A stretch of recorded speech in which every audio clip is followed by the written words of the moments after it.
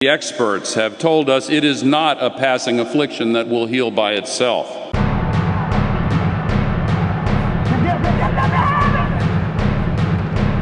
Something basic is wrong.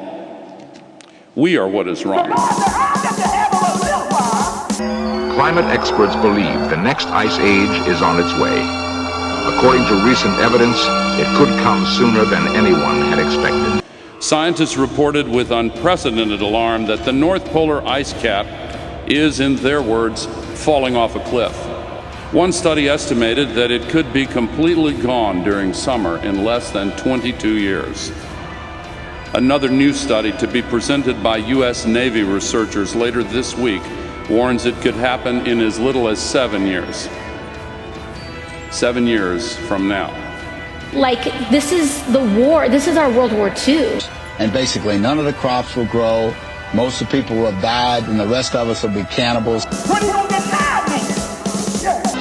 to some climatologists, within a lifetime, we might be living in the next ice age. Then we'll be facing a sea level rise not of 1 to 3 feet in a century, but of 10 or 20 feet in a much shorter time. The Supreme Court would be flooded.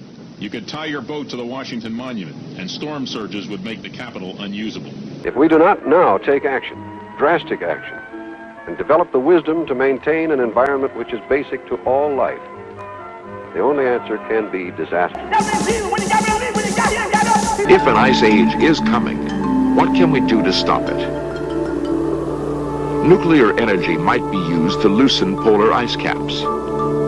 Sea ice could be melted by covering it with black soot to increase the absorption of sunlight. Dr. Stephen Schneider is a climatologist from the National Center for Atmospheric Research. Can we do these things? Yes. But will they make things better? I'm not sure. We can't predict with any certainty what's happening to our own climatic future. The new report from the UN predicts that at the current warming rate, millions more people will die from extreme heat by the year 2040. Now, for the first time in the history of man, an international movement is underway.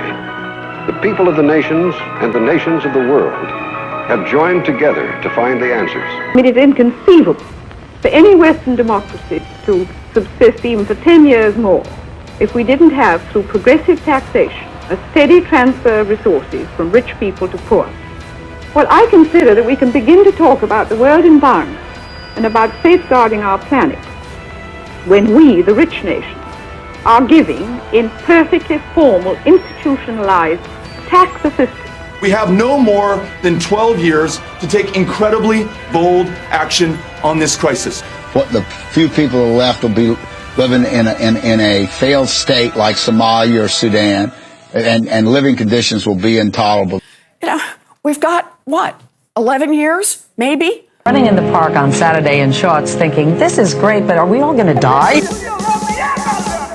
If nothing is done to reverse ozone damage, scientists predict hundreds of millions of skin cancer cases in the U.S. alone, not to mention increased global warming that would turn much of the planet into a desert. The greatest threat to humanity is global climate change. Even with concerted action, the scientists say so much damage has already been done to the ozone layer that it will not be repaired until the time of our great-great-grandchildren. If we don't get our act together in fewer than 12 years, the damage done by climate change in this country and around the world will be damage that cannot be repaired.